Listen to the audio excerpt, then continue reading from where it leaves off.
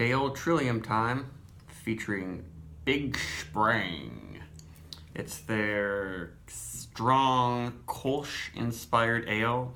Basically, it just means they ferment their hoppy beer at a lower temperature, so it doesn't have all the big fruity esters that their yeast usually gives to beers.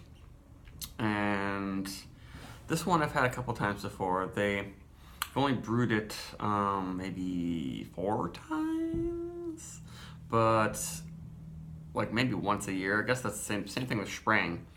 And I haven't done a video review for Big or regular Sprang, which is kind of stupid. And I keep saying Sprang because it's fun saying it that way, and it's the German way.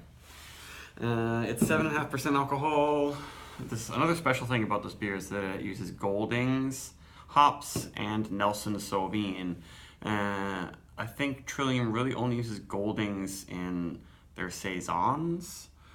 And Goldings is like an English style hop, where they usually use Columbus for bittering hops in most of their hoppy beers. I think in regular Sprang they use Sterling, which is a German style hop, I believe. But I think these are all actually made in America. But this is mostly featuring Nelson Sauvin, just like regular Sprang. It's the base malt is Pilsner, and they also use Danko rye, which is like a paler rye made by a local maltster called Valley Malt. And I've had a lot of beers that have Danko rye in it, a lot of hoppy beers, and I really enjoy it. It brings this nice spicy character to it without making it caramelized or too brown or anything. And let's see, it's still pretty hazy, but doesn't have the murk that you get with most Trillium hoppy beers. And my glass is unfortunately not perfectly clean. Well, I failed there, but it looks pretty good. The head's out. I guess it's a little bit light and wispy. Very pale. I'm smelling it's pretty strongly, but it's not the bursting of fruit that I'm usually used to with a hoppy Trillium beer. Yeah, it really lets the herbaceous qualities of Nelson Sauvin come out, and that's one thing I really like about the hop. It's got that smoky green pepper with a good amount of pineapple juice still, though, and some candy flavors too. I got that juicy fruit things happening, but it's actually not very citrusy. That's what is maybe missing, like Columbus hops, like they use in a lot of their IPAs and pales. That always brings some kind of orangey, grapefruity character, but I'm not getting much of that in the nose of this, at least. Yeah, the Goldings hops they also use in this is more of an earthier, spicy, tea-like, I think, type of hop that you might get in, lots of British pale ales, bitters, that sort of thing, which might be underlying in the aroma of this, but it's mostly just Nelson Sauvin, pure and in your face.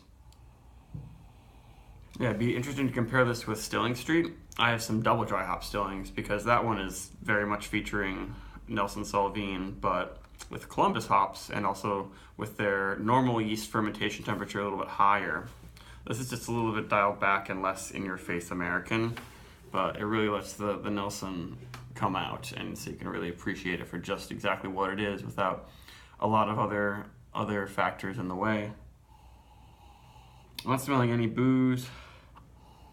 I know weird oniony, garlicky things going on. It doesn't smell like. Yeah, there's nothing unpleasant, I would say, in the aroma.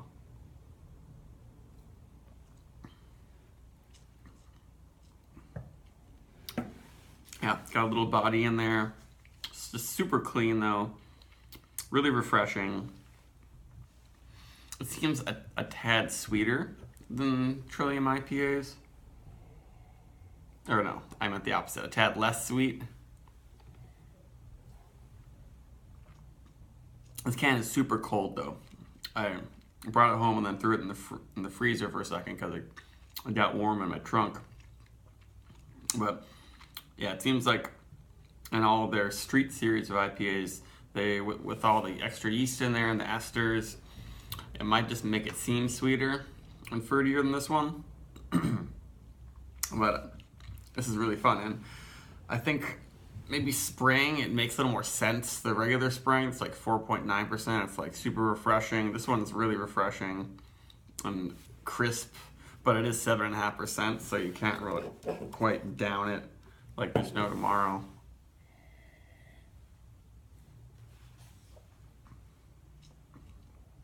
But it's really tasty. It's got,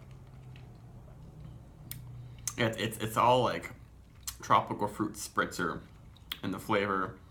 It seems like the green qualities fade a little bit actually. It gets fruitier. Yeah, the flavor just like makes it, everything turn to just a lot like pineapple, maybe a slight guava thing going on.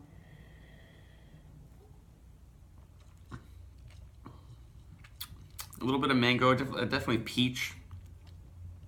Yeah, Nelson is a great hop because a lot of these tropical flavors in Trillium's beers they're given a little bit of a boost to come out by their normal yeast fermented at a higher temperature. But Nelson is just showing you how great of a hop it is that it can bring out all this fruitiness and complexity without so much help from the yeast. Because for those of you who don't know about the Kolsch style, which is actually pronounced Kirsch or something like that, from Cologne, Germany, it's basically an ale that is then cold conditioned and fermented kind of cold, like a lager. Like a lager. I don't think they actually do any cold conditioning on this, because the Trillium, they usually, with their hoppy beers, they just crank them out so you have all the hoppy aroma you can possibly get.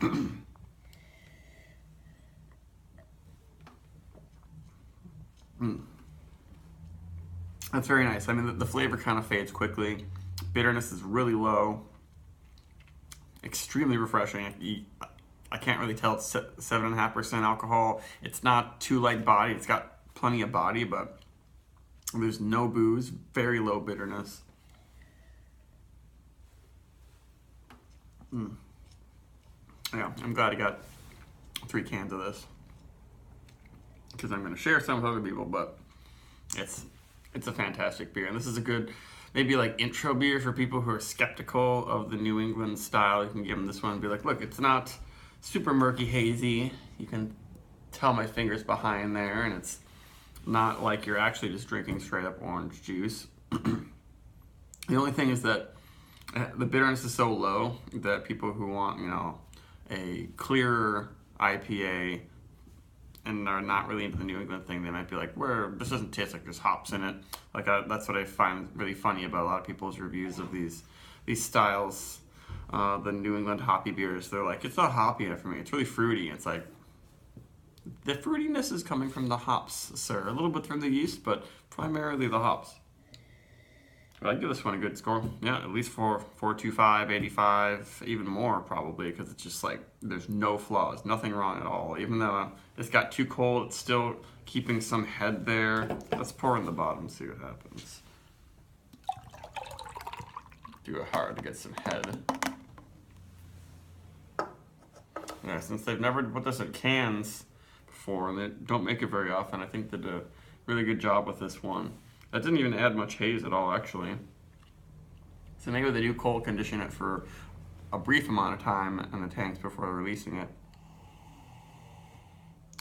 But anyone who loves Nelson hops, I don't see how you couldn't love this beer. It really just displays it really nicely. And I forgot to mention how the rye. I think the rye, the Danko rye in this, keeps it spicy enough in the aroma, and I don't really notice much in the flavor.